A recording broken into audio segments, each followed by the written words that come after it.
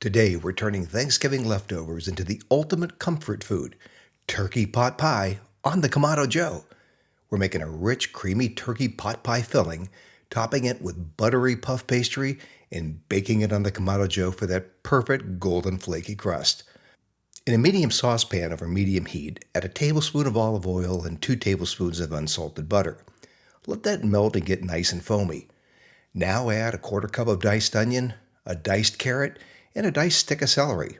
This is your classic mirepoix, the flavor backbone of the pot pie. Sauté for about 5 to 7 minutes until the onions are translucent and the carrots are just starting to soften. You want them tender, not mushy.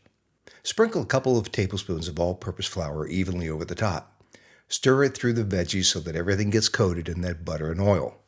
Let that cook for about a minute. This is your roux. It's what's going to thicken the sauce and give you that classic pot pie texture. Slowly pour in 1 cup of low-sodium chicken broth while you stir. You'll see the broth start to loosen and thicken at the same time. Now add 1 cup of heavy cream. Keep stirring until everything comes together into a smooth, rich sauce. Season it with a half a teaspoon of kosher salt and a half a teaspoon of freshly ground black pepper.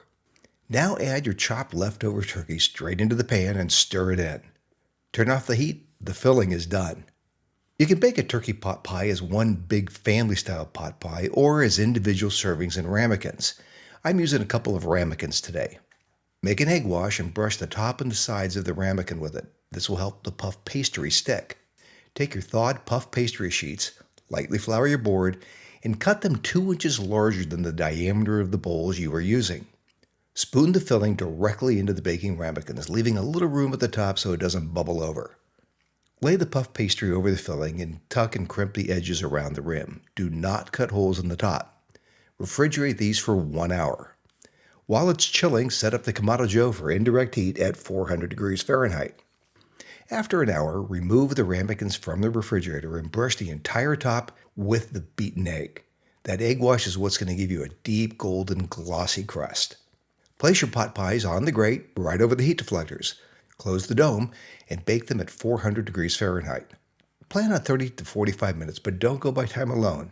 You're looking for puff pastry that is fully risen and deeply golden brown. That is Thanksgiving leftovers done right. Hey, if you liked the video, let me know, and please subscribe for more Kamado Joe Masterclass recipes just like this. Watch my Kamado Joe 101 playlist right now.